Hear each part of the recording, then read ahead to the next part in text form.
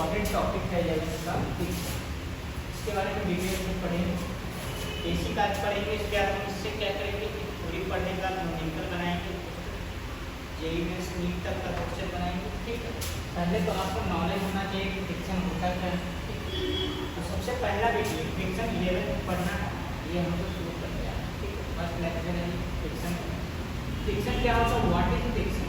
Friction आज की दुनिया में है, अभी जो है मॉडर्न, कभी भी हम जब से मतलब कि आदि मानव या आदमी का जन्म हुआ या फिर हम सब की लाइफ में जो भी है, फ्रिक्शन बहुत इंपॉर्टेंट रोल प्ले करता है। ठीक है, इसके बिना क्या है कि अभी हम तो सोच ही नहीं सकते कि लाइफ एग्जिस्ट करेगी। ठीक है, फ्रिक्शन के बिना आज के जीवन में देखा जाए लाइफ में, ह्यूमन लाइफ में आप कुछ भी काम कर नहीं सकते। ठीक, ये सब यहाँ पे इस वीडियो में क्लियर हो जाए कैसे हम सब फ्रिक्शन मदद भी करता है, लॉस भी कभी कभी करता है। ठीक, वो सारे चीज़ को इसमें कवर करेंगे। ठीक, फ्रिक्शन पहले होता क्या है, सबसे पहले व्हाट इज फ्रिक्शन।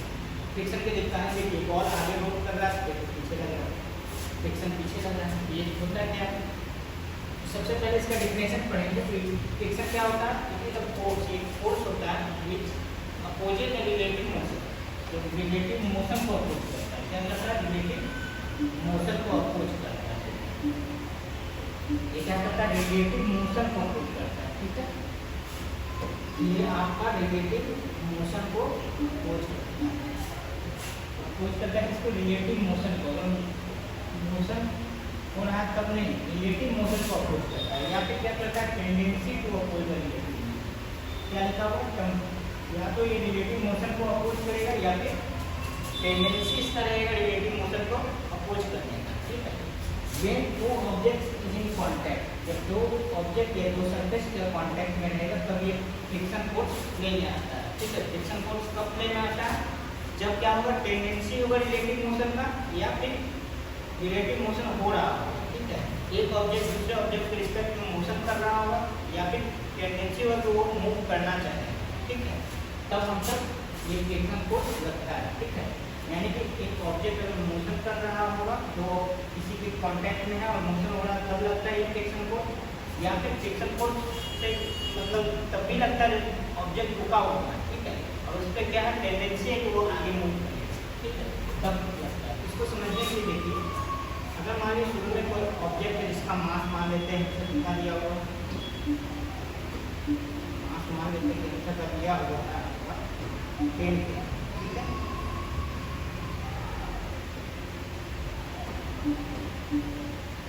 यही ऑब्जेक्ट है जिसका मास मान लीजिए 10 kg है। ठीक है, 10 kg है तो इस पे क्या लगेगा, फ्रिक्शन फोर्स अभी लगेगा नहीं लगेगा। क्यों, क्योंकि कोई रिलेटिव मोशन नहीं हो रहा है। ऑब्जेक्ट क्या है, आपका रुका हुआ है। ऑब्जेक्ट क्या है, इसमें इस समय क्या है, वेलोसिटी इसका 0, ग्राउंड भी 0 है और ये क्या है, ऑब्जेक्ट का वेलोसिटी भी 0। ग्राउंड भी क्या रुका हुआ है, ग्राउंड जिसकी कांटेक्ट में, कांटेक्ट तो है। सबसे पहला कंडीशन होना चाहिए कि कांटेक्ट में होना चाहिए। दो सबसे कांटेक्ट में, ये ऑब्जेक्ट किसके कांटेक्ट, ये ऑब्जेक्ट है ग्राउंड के रिस्पेक्ट कांटेक्ट में है और बाहर से कोई फोर्स नहीं लग रहा है, तब ये क्या होगा, ऑब्जेक्ट रुका हुआ है। तो रुका हुआ है तो इसमें फ्रिक्शन फोर्स नहीं लगेगा। ठीक है, जब ये ऑब्जेक्ट में टेंडेंसी होगा मोशन का तब फोर्स लगेगा, तब फ्रिक्शन फोर्स लगेगा। या फिर क्या होगा, ये ऑब्जेक्ट मोशन में होगा विद रिस्पेक्ट टू ग्राउंड, तब ये फ्रिक्शन फोर्स लगता है। ठीक है, तो हमसे देखेंगे फ्रिक्शन फोर्स से मतलब कि क्या क्या मतलब देखते हैं कि क्या क्या होता है। देखिए फ्रिक्शन फोर्स में पहला क्वेश्चन है कि फ्रिक्शन फोर्स अच्छा है कि खराब है। ठीक है, ये माइंड में आएगा। ये सब देखिए हम तो डिटेल में इसका आंसर करेंगे। और क्या देखेंगे हम तो, फ्रिक्शन फोर्स देखिए हम सबको वॉक और रन करने में मदद करता है कि आगे कोई टहल रहा है, दौड़ रहा है, वहाँ पर फ्रिक्शन फोर्स हम सबको मदद करता है, उसके कारण ही हम चल रहे हैं। ठीक, आगे देखिए क्या है, देखिए जब स्टैटिक फ्रिक्शन, जब आदमी चलता है तो स्टैटिक फ्रिक्शन जो है इसको हेल्प करता है आगे बढ़ाने में। ये सब डिटेल से पढ़ेंगे। ठीक है, उसका साइकिल अगर चला रहा है कोई आदमी, वहाँ भी क्या करता है, फ्रिक्शन फोर्स मदद करता है। ठीक है, देखिए अब सब जगह मदद नहीं करता है, फ्रिक्शन फोर्स आपको क्या करना है, हेल्प करता है। आगे देखिए अगर आदमी गाड़ी चलाता है तो देखिए चक्का जो रोल करता है इसमें दो तरह का फ्रिक्शन फोर्स, ब्रेकिंग लगता है और फ्रिक्शन फोर्स एक्सीलरेटिंग लगता है। ये सब डिटेल्स में पढ़ेंगे हम सब। पहले थोड़ा पूरी पढ़ने इसमें देखिए, आदमी जब चल रहा है तब क्या होता है, यहाँ पे देखिए फ्रिक्शन फोर्स आपका क्या लगेगा, आगे लगता है, जिसके कारण आदमी चल पाता है। ठीक है, तो ये फ्रिक्शन फोर्स कौन सा होता है, क्या लगता है, ये सब डिटेल से पढ़ेंगे। देखिए अगर आदमी जो है, अगर सरफेस क्या होता है स्मूथ हो जाए तब क्या होता है, ये अगर मान लीजिए आपका क्या हो जाए, केला का छिलका पे आपका क्या हो जाए जूता रखा है तो स्लिप कर जाता है, वो कैसे होता है। आदमी देखिए अगर बर्फ पे, ये देखिए पैंडा है, तो पैंडा अगर मतलब क्या हो, अगर आइस पे तो ज़्यादा वक्त पे क्या होता है, सरफेस पे भी डिपेंड करता है, पढ़ेंगे यूनिवर्स इसको कहते हैं स्टैटिक कोएफिशिएंट। ठीक है, अब friction static coefficient of friction वो कम हो जाता है किस पे, आइस पे, जिसके कारण स्लिप होने का वहाँ ज़्यादा चांस है। तो आदमी भी स्लिप करता है जब यहाँ की क्या हो जाए, यहाँ पे सरफेस जो है क्या आपका क्या है, केला का पत्ता है, तो यहाँ पे क्या हो जाएगा आपका चिकना सरफेस हो गया, तो यहाँ पे फ्रिक्शन फोर्स जो होगा वो कम जाता है, तो आदमी स्लिप करने का चांस होता है। ठीक है, ये सब डिटेल में पढ़ेंगे हमको।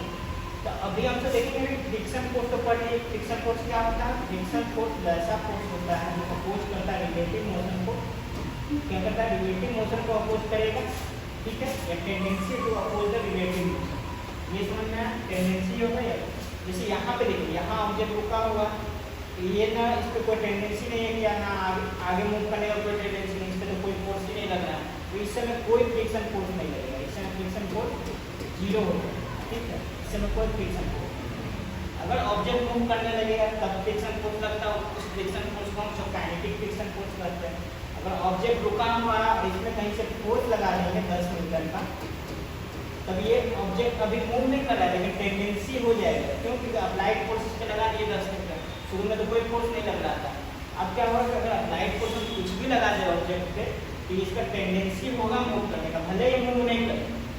तो अगर हम तो फोर्स लगाएं, तो कभी देखते हैं कोई ऑब्जेक्ट पे फोर्स लगाएं लेकिन फिर भी वो क्या होता है, मोशन में नहीं होता है, क्योंकि हम तो अप्लाइड फोर्स लगाएं लेकिन फ्रिक्शन फोर्स उसको अपोजिट में क्या करता है, रोक रहा है। तो ऑब्जेक्ट को अप्लाइड फोर्स से जितना फ्रिक्शन फोर्स लग रहा है, जितना सरफेस पे लगता है, स्टैटिक फ्रिक्शन भी लगता है, तो स्टैटिक फ्रिक्शन से ज़्यादा होगा अप्लाइड फोर्स, तभी ऑब्जेक्ट क्या होगा, मोशन हम करवा सकते हैं। ठीक है, तो देखिए हम सब देखेंगे टाइप ऑफ फ्रिक्शन कितना है।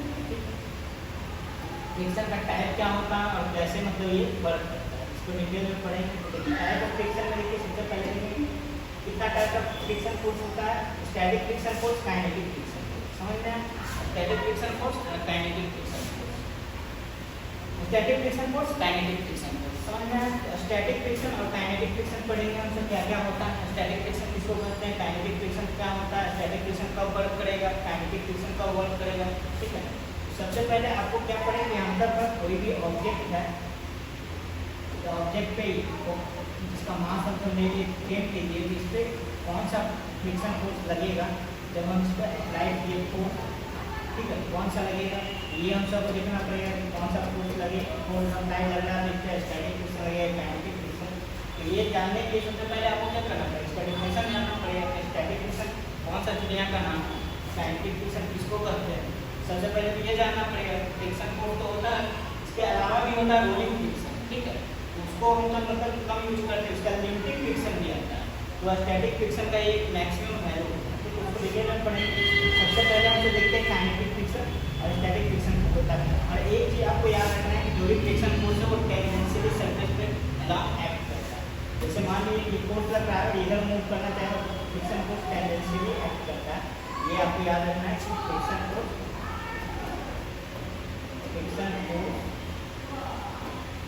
always acts tangentially एक्ट करता है।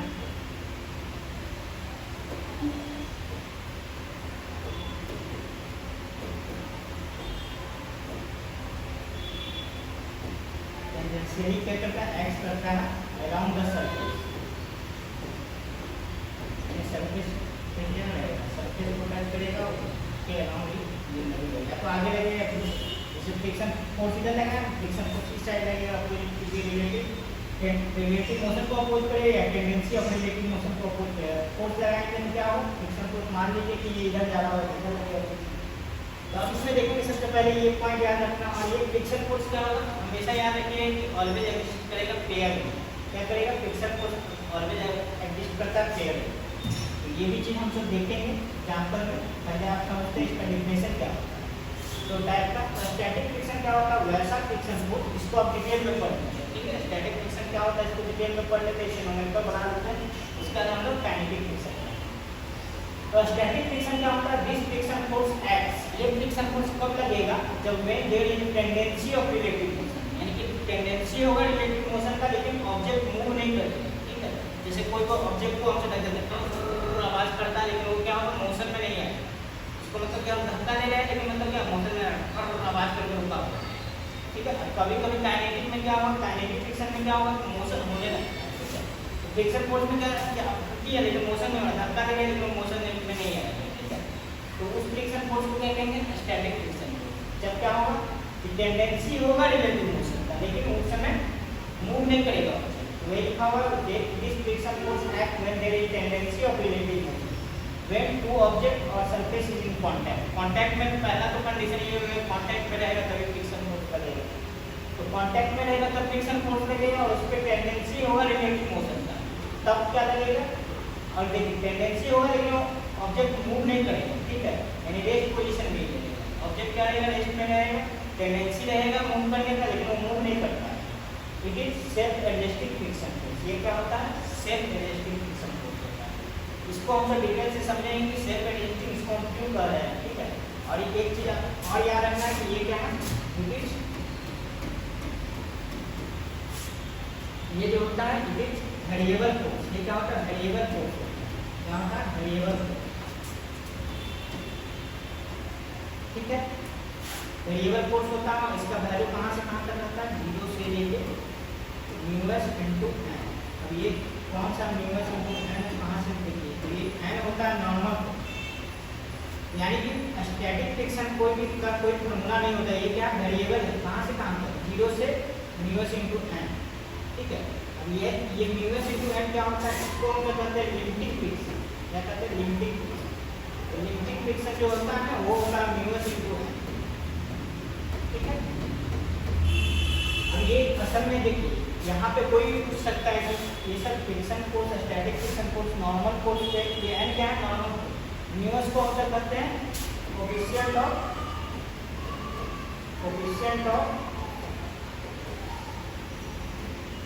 Static friction, coefficient of static friction.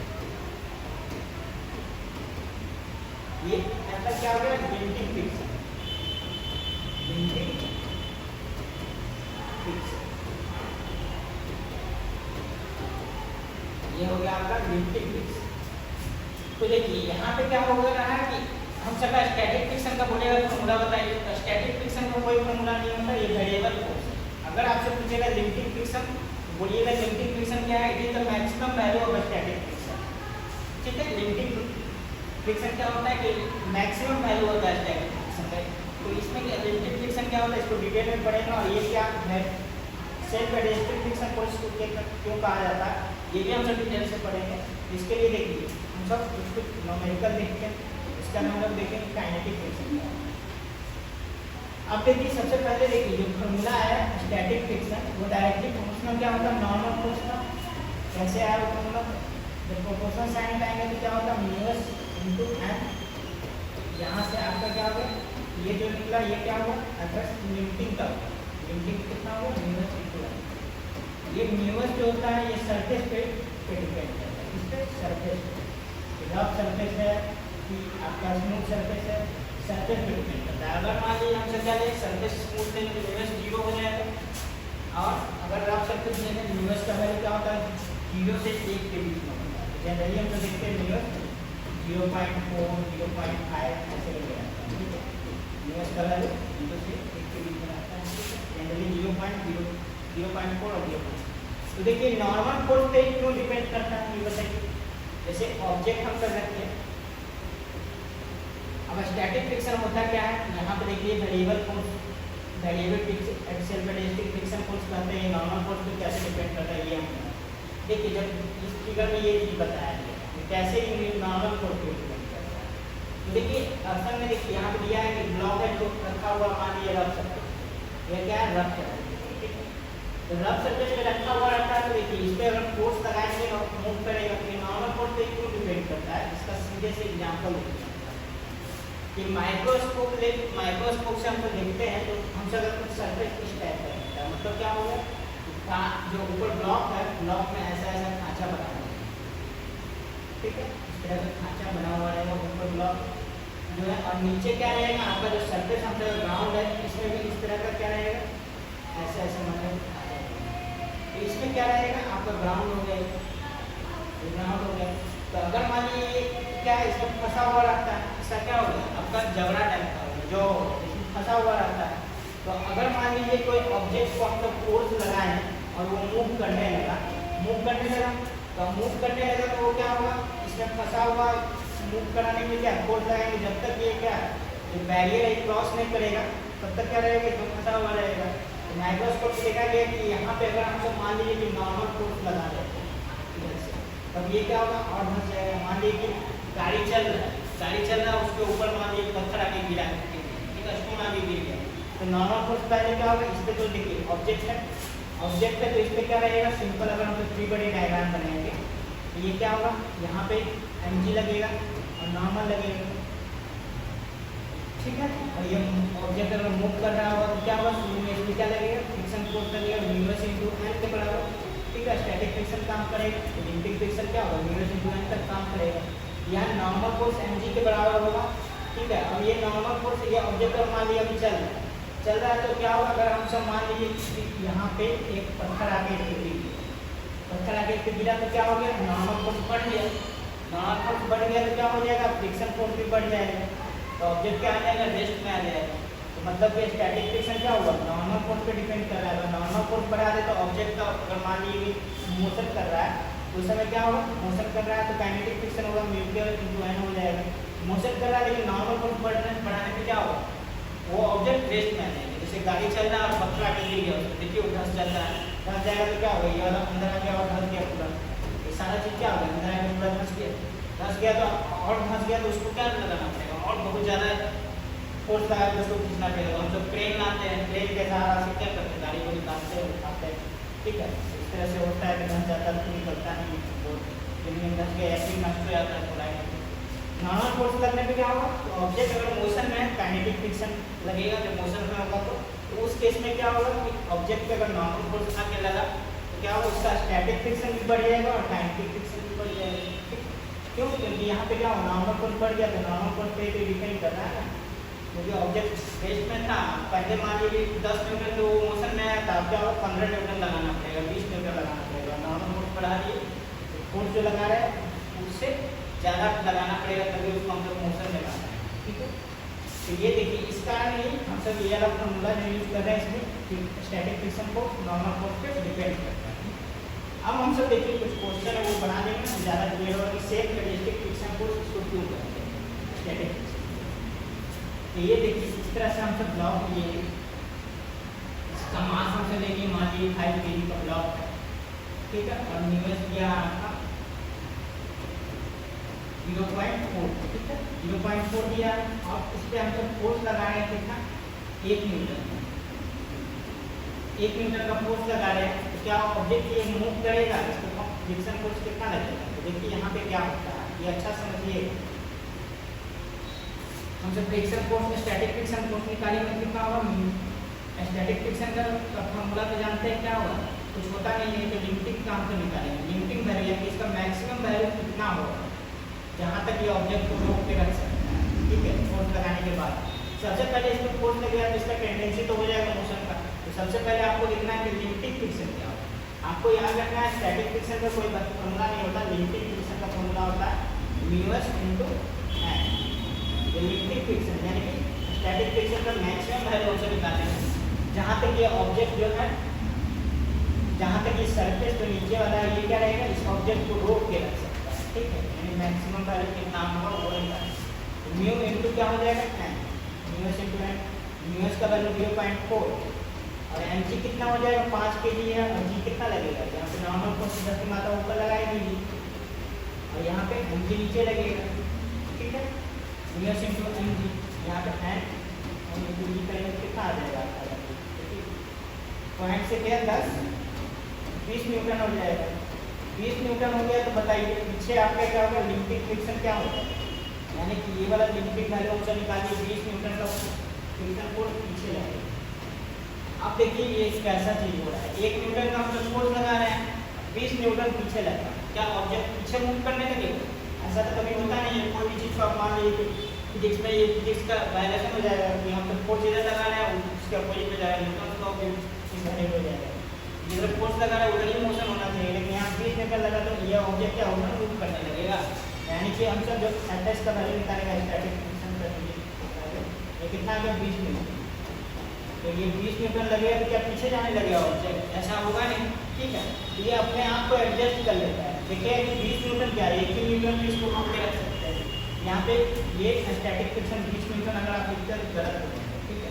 आपका क्या हो जाएगा, स्टैटिक फ्रिक्शन अपने आप को कितने के बराबर कर देगा, 1 न्यूटन के बराबर। यानी आंसर कितना आ जाएगा स्टैटिक फ्रिक्शन का, 1 न्यूटन, ठीक है। यानी इस केस में आपका स्टैटिक फ्रिक्शन 1 न्यूटन लगा लीजिए, यानी कि आपका आंसर क्या हो जाएगा, अप्लाइड फोर्स के बराबर, ठीक है। अगर ये मोशन में इसको लाना है तो आपको 21 न्यूटन का फोर्स लगाना पड़ेगा, या 20.1 19.99 तक ये रोक के रख सकते हैं। जैसे ही ये फ्रिक्शन फोर्स को क्रॉस करेगा, यानी कि इधर हम सब फोर्स अगर 21 न्यूटन लगा देते हैं तब क्या हो जाएगा, ये मोशन में आ जाएगा। मोशन में आ जाएगा तो उस समय काइनेटिक फ्रिक्शन वर्क करने लगेगा, ठीक है। तो ऑब्जेक्ट मूव करने लगेगा, रिलेटिव मोशन होने लगा, ऑब्जेक्ट मोशन में आ जाएगा तो उस समय कौन लगता है, काइनेटिक फ्रिक्शन। तो ये देखना है यहाँ पे मेरा कहने का मतलब ये है कि आप जितना अप्लाइड फोर्स लगाइएगा सेल्फ, तो ये क्या होता है, फ्रिक्शन फोर्स जो स्टैटिक फ्रिक्शन फोर्स है वो सेल्फ एडजस्ट कर लेता है, ठीक। जैसे एक और क्वेश्चन से आपको क्लियर हो जाएगा। ये हमसे लिए मान लीजिए 10 kg का ऑब्जेक्ट है, ठीक है। इस पर 2 न्यूटन का फोर्स लगाए और आपका कितना दे दिया, म्यूएस आपका दे दिया 0. मान लीजिए दे दिया इसका। आप सबसे पहले क्या करिए, एफ स्टैटिक फ्रिक्शन का लिमिटिंग वैल्यू निकाल लीजिए, कितना हो जाएगा, mu s into m into the normal force. Mu s का वैल्यू आपका दिया 0.3 10 kg और जी का वैल्यू भी 10 आ गया, कितना आ जाएगा 30 न्यूटन। फिर ये ऑब्जेक्ट को मूव नहीं करने देगा, ठीक है। ये क्यों, क्योंकि यहाँ पे लिमिटिंग फ्रिक्शन कितना होगा आपका 30 न्यूटन। तो आंसर आपका क्या हो जाएगा, ये जो होगा स्टैटिक फ्रिक्शन नहीं होगा, स्टैटिक फ्रिक्शन का वैल्यू कितना होगा, जितना अप्लाइड फोर्स है तो 2 न्यूटन हो जाएगा, 2 न्यूटन हो जाएगा इसका आंसर। तो यानी कि आपको क्या रहेगा, स्टैटिक फ्रिक्शन निकालना रहेगा तो स्टैटिक फ्रिक्शन किसके बराबर हो जाएगा, अप्लाइड फोर्स के बराबर। क्यों, क्योंकि यहाँ पे 30 न्यूटन तक ये रोक के रख सकता है, यहाँ पे 2 ही न्यूटन लग रहा है, पीछे तो जाएगा नहीं ऑब्जेक्ट, ये आगे ही जाएगा, आगे ही जाने का ना है, क्योंकि फोर्स लग रहा है तो आगे जाने का, आगे नहीं जाएगा तो ये क्या 2 ही न्यूटन क्योंकि रोक के रखेगा, मोशन होने नहीं देगा। तो स्टैटिक फ्रिक्शन बढ़ता है, स्टैटिक फ्रिक्शन हमको निकाल लीजिए कितना हो जाएगा, अप्लाइड फोर्स के बराबर। तो आपको नोट करके ये पॉइंट याद रखना है, तो लिख रहे हैं कि यहाँ पे क्या है कि ऑब्जेक्ट जो होगा, ऑब्जेक्ट मोशन में तभी होगा जब क्या हो जाए, आपका अप्लाइड फोर्स, जो अप्लाइड फोर्स है, फोर्स अप्लाइड ग्रेटर है म्यूएस इनटू एम, यानी लिमिटिंग फ्रिक्शन से ज़्यादा होगा तभी क्या होगा, ऑब्जेक्ट मोशन में आएगा, ठीक है। अगर ये क्या हो जाए, जैसे होगा तब तक तो रोक के रखेगा, तब स्टैटिक फ्रिक्शन है, यानी कि इससे ज़्यादा होगा तो क्या हो जाएगा, तब वहाँ पे आ जाता है काइनेटिक फ्रिक्शन। और काइनेटिक फ्रिक्शन क्या होता है, ऑलवेज लेस देन होता है किससे, ये स्टैटिक फ्रिक्शन से। स्टैटिक फ्रिक्शन से हमेशा कम होता है, क्यों, क्योंकि अगर एक बार ऑब्जेक्ट मोशन में आ गया तो क्या हो जाता है, वो आपका फ्रिक्शन कम जाता है, ठीक है। जैसे मान लीजिए जनरली जैसे हम गाड़ी को स्टार्ट करना टफ है, कोई भी चीज़ को शुरू में उसको मोशन में लाना टफ है, अगर वो मोशन में आ गया तो फिर क्या, वो मोशन में भी रहना चाहता है, ठीक है। तो वही चीज़ हो गई, कोई ऑब्जेक्ट को स्टार्ट करना टफ है, तो यहाँ पे हम तो देखेंगे कि स्टैटिक फ्रिक्शन हमेशा बड़ा होता है काइनेटिक फ्रिक्शन से। अब हम तो दूसरा टाइप देख लेते हैं जो है काइनेटिक फ्रिक्शन, ठीक है। काइनेटिक फ्रिक्शन का देखिए डिफिनेशन क्या होता है। काइनेटिक फ्रिक्शन कब वर्क करेगा, जब ऑब्जेक्ट जो है ना मोशन में रहेगा, मोशन में रहेगा तो x when there is a relative motion exists, यानी कि कोई ऑब्जेक्ट रिलेटिव मोशन में रहेगा तब, यानी कि इस समय जो होता है ना मोशन होते स्टैटिक फ्रिक्शन में क्या था कि ऑब्जेक्ट को फोर्स लग रहा है लेकिन वो मूव नहीं कर रहा, उसका लास्ट कंडीशन क्या है, रोक के रखता है, ऑब्जेक्ट को मोशन में नहीं आता। दूसरा क्या इंपॉर्टेंट पॉइंट है कि ये कांस्टेंट फोर्स, ये क्या है कांस्टेंट फोर्स, इसको हम सब एफ के से लिखते हैं। एफ के बड़ा एफ के भी क्या होगा, नॉर्मल फोर्स पे डिपेंड करेगा। एफ के क्या हो जाएगा, मोशन साइन आएगा तो न्यू के इनटू एम, न्यू के इनटू एम, न्यू के क्या हो जाएगा, इसको कहते हैं हम सब coefficient of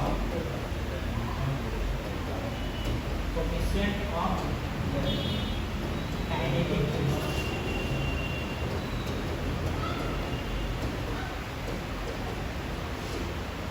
coefficient of kinetic friction.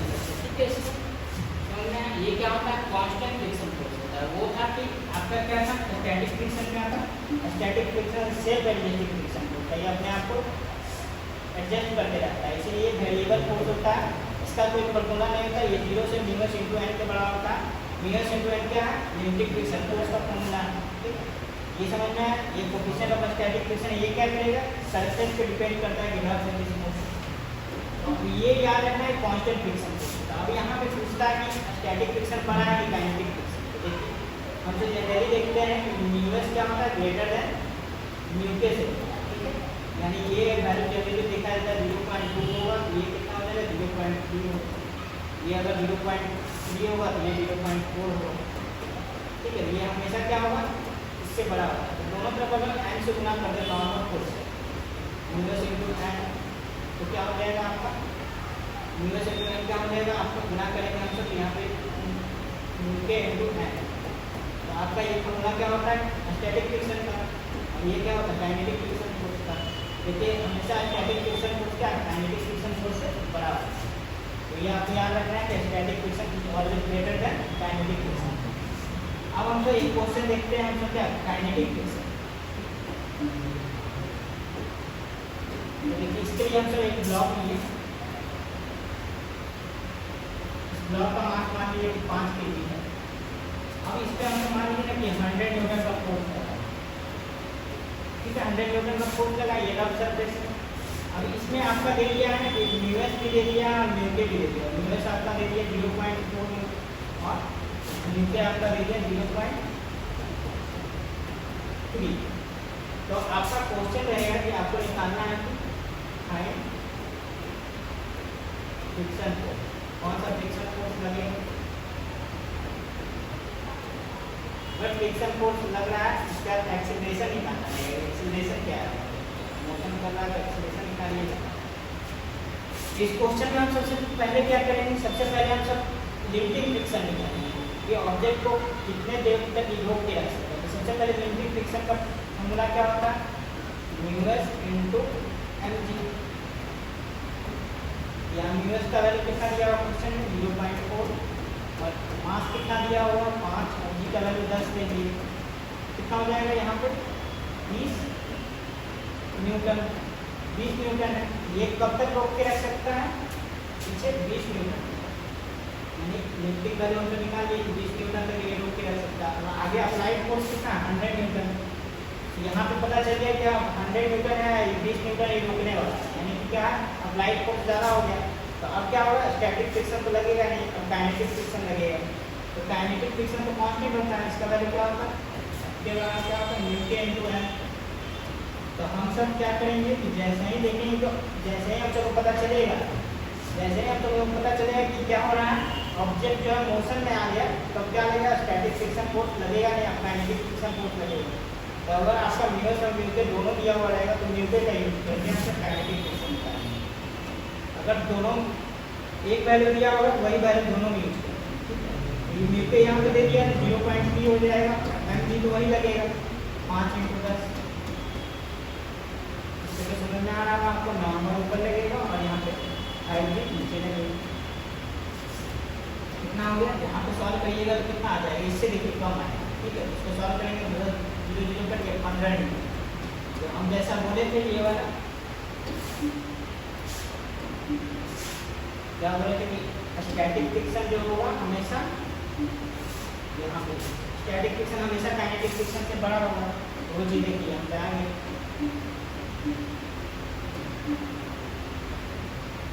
निकाले। देखिए ये स्टैटिक फ्रिक्शन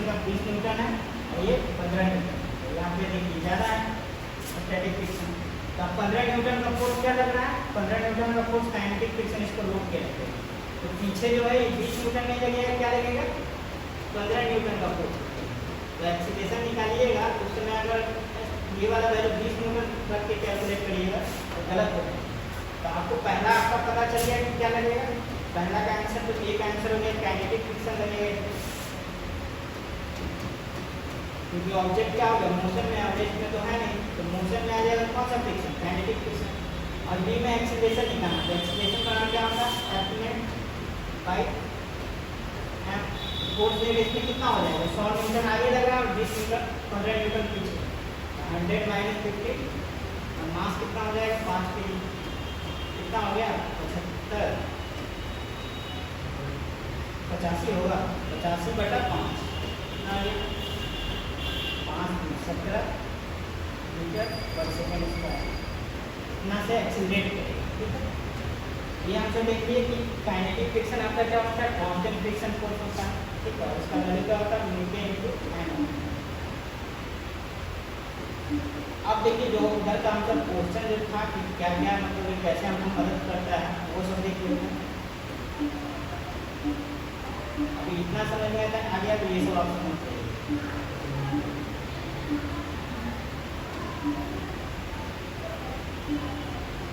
ये तो समझ में आ गया डेफिनेशन। अब यहाँ पे देखते हैं कि ये क्वेश्चन था कि फ्रिक्शन फोर्स खराब है कि अच्छा। यहाँ पे देखिए इसका आंसर देखते हैं कि फ्रिक्शन फोर्स के बिना हम सब चल ही नहीं सकते, टहल नहीं सकते। कैसे? क्योंकि देखिए अपॉइंट लिए तो हम सब देख सकते हैं। आदमी जब चलना चाहता है तो यहाँ पे देखिए आप क्या करिएगा, यहाँ पे क्या धरती मतलब कि अर्थ पे आप क्या करते हैं, सरफेस पे आप क्या करते हैं पीछे फोर्स लगाते हैं। पीछे फोर्स लगाते हैं तो आपको क्या हो गया, यानी कि आपका जो पैर है इधर फोर्स लगा रहा है तो मोशन आपका पैर का किधर होगा, इधर ग्राउंड के रिस्पेक्ट में इधर, तो आपका क्या स्टैटिक फ्रिक्शन इधर लगेगा। तो धरती जो है इधर धक्का लगाती है, इसके कारण क्या होगा आदमी जो है आगे बढ़ता है। लिखा हुआ है स्टैटिक फ्रिक्शन प्रोवाइड एक्सीलरेशन। यहाँ पे क्या कर रहा है कि आदमी जो है फोर्स लगाया है पीछे इस पे ग्राउंड पे, ग्राउंड क्या लगाया है रिलेटिव मोशन हो रहा है पीछे इसका, ये क्या करेगा अपोज करेगा, तो ये आगे की तरफ फ्रिक्शन फोर्स क्या है ग्राउंड लगाएगा। तो दूसरा देखिए दिया है static friction enable us to move forward.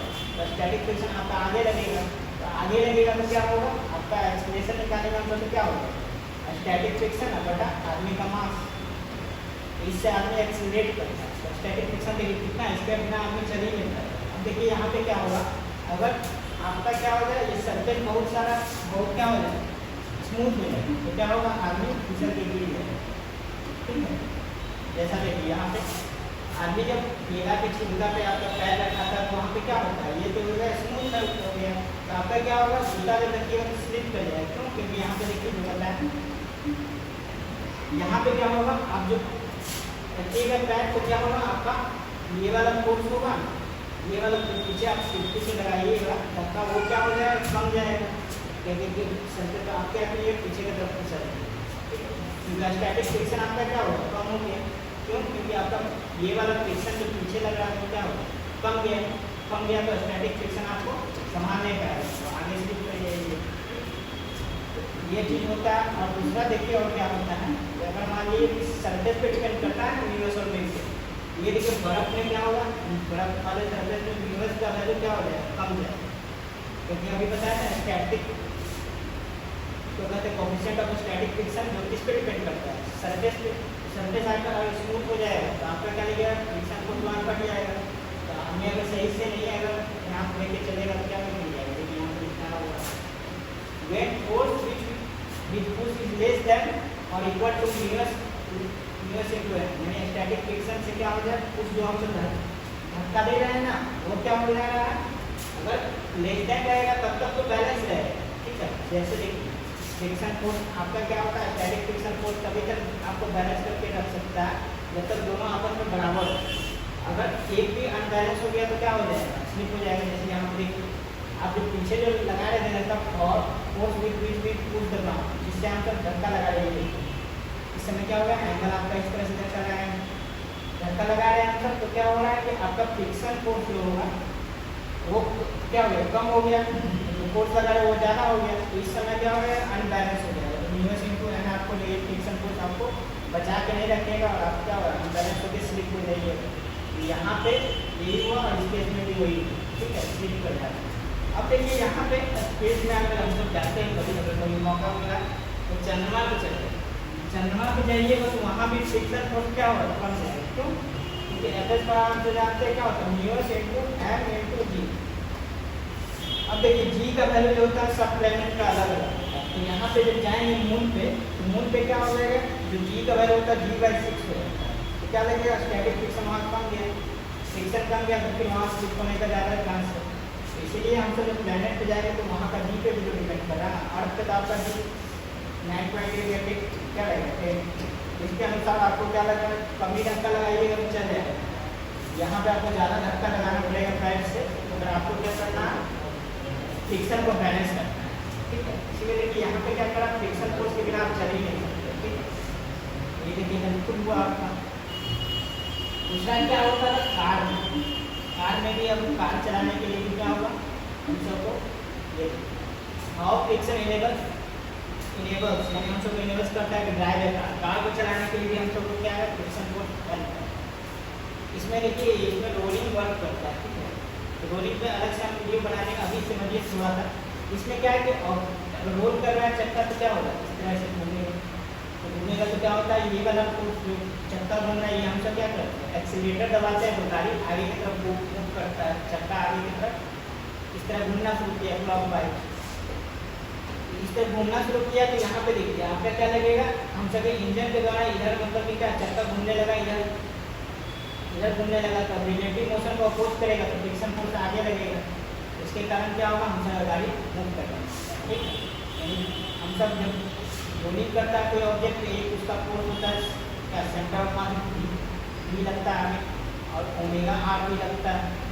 हम तो जानते हैं कॉन्टैक्ट पॉइंट यहाँ पे क्या होता है प्योर रोलिंग में भी बराबर क्या होना चाहिए ओमेगा आर, प्योर रोलिंग जैसे यहाँ पे लिखा है, यहाँ पे सेंटर ऑफ मास दूर से आगे जा रहा है और यहाँ पे प्योर रोलिंग के केस में क्या होगा omega at the point of contact ये जो होता है भी इससे ये आगे जाना चाह रहा है और ओमेगा ये दोनों बराबर होगा। प्योर रोलिंग होगा और चक्का अगर सही तरीका से चल आपका स्लिप नहीं कर रहा है तो ये भी बराबर यहाँ पे पॉइंट ऑफ कांटेक्ट पे ये भी और ओमेगा दोनों सेम होता है। भी तो आपको क्या हो गया जिससे ये आगे जा रहा है, रोलिंग में तो होता है ट्रांसलेशनल मोशन और रोटेशनल मोशन। तो एक तो ओमेगा आर हो गया और एक आपका भी हो गया, यानी कि इसके ओमेगा आर से क्या कारण क्या होगा चक्का इस तरह घूम रहा है और बी से क्या होगा आगे की तरफ बढ़ रहा है, ठीक है। दोनों मोशन होता है इसमें। तो आपका क्या होगा, आपका जो एक्सीलरेटर पे पैर रखिएगा ना तो ये क्या होगा रोल करेगा तो पीछे की तरफ रोल किया, पीछे की तरफ रोल किया तो क्या लगेगा फ्रिक्शन फोर्स को अपोज करता है रिलेटिव मोशन को। तो चक्का पीछे जा रहा है तो फ्रिक्शन फोर्स आगे लगेगा, फ्रिक्शन फोर्स आगे लगता है तो अगर जी ग्रेटर देन ओमेगा आर हो गया तो क्या होगा हम सबका चक्का स्लिप करके आगे जाएगा, ठीक है, स्लिप करके आगे जाएगा। अगर मान लीजिए v बराबर ओमेगा आर होगा तो उस समय होगा बैलेंस यानी कि रोलिंग हो रहा है सही तरीका से, ठीक है। अगर आपका चक्का जो होगा कीचड़ में फंस जाएगा तो उस समय क्या होता है, उस समय आपका ये फ्रिक्शन फोर्स आपका घट जाएगा, ये बढ़ने ही नहीं देगा, तब आपका ये ओमेगा आर जाएगा। इस केस में क्या आप तीन केस लेते हैं, एक बार में क्या हो जाएगा ओमेगा आर आपका ज़्यादा होगा, तो ओमेगा आर ज़्यादा होगा तो ये चक्का क्या होगा तेजी से घूमने लगेगा पीछे, अब फ्रिक्शन फोर्स आपका कम जाएगा और ओमेगा तेजी से होने लगेगा तो क्या लगेगा पीछे देखिए कीचड़ फेंकने लगता है, ठीक है। तो कीचड़ हवा में उड़ने लगेगा और पीछे जो आदमी खड़ा हो उसको कीचड़ भी पड़ जाएगा। तो यहाँ तीसरा केस में क्या होता है कि जो है कम जाता है, यानी कि फ्रिक्शन फोर्स जो आगे जो लग रहा है जो आगे बढ़ाने में हेल्पफुल था वो कम जाता है और ओमेगा जो चक्का तेजी से हम लोग होना चाहते हैं निकलेगा नहीं, क्यों क्योंकि आपका क्या हो गया कीचड़ फंसा हुआ है तो दे रहे हैं एक्सीलरेटर निकल नहीं रहा है, ठीक। ये तीनों केस होता है। लेकिन हम सबको क्या होता है आइडियल केस में देखें तो यहाँ पे क्या होता है v बराबर ओमेगा आर होता है, प्योर रोलिंग होता है, सिंपल अगर रोड पे चल रहा है तो क्या होगा v बराबर ओमेगा आर होता है और इस समय क्या होगा आपका कि सिंपल ये रोल करेगा आगे भी बढ़ेगा और रोल भी करेगा, ठीक है। ये वाला आइडियल केस होता है जब v बराबर ओमेगा आर प्योर रोलिंग होगा, स्लिप नहीं करेगा आपका चक्का सीधे जा रहा है। इस समय भी देखिए आपका क्या कर रहा है फ्रिक्शन फोर्स गाड़ी को आगे मूव करने में। तो हम तो देखें कि फ्रिक्शन फोर्स के बिना आज के दुनिया बहुत काम नहीं हो सकता। तो ये लॉस कहाँ पे करता है, जैसे मान लीजिए कि कभी कभी देखते हैं कि इंजन से चला तो क्या होता है उसका जो है फ्रिक्शन होते होते उसका पार्ट टूट जाता है, वहाँ पे क्या होगा, लॉस हो गया आपका, मशीन का डैमेज हो गया, फिर हमको रिपेयर करने के लिए जाना पड़ता है, उसको बनवाना पड़ता है, फिर से नया लगवाना पड़ता है। तो फ्रिक्शन के कारण क्या होगा, आपका बॉल बेयरिंग जो होता है उसमें वो खराब हो जाता है, हमको चेंज करवाना पड़ता है। ठीक है, तो हम सबको लॉस भी है प्रॉफिट भी है, तो ये हम सब कह सकते हैं कि फ्रिक्शन कोर्स हम सबको मदद भी करता है। और तो ये क्लास में इतना ही, इसके बाद हम सब आगे पढ़ेंगे एंगल ऑफ रिपोर्ट और एंगल ऑफ फ्रिक्शन।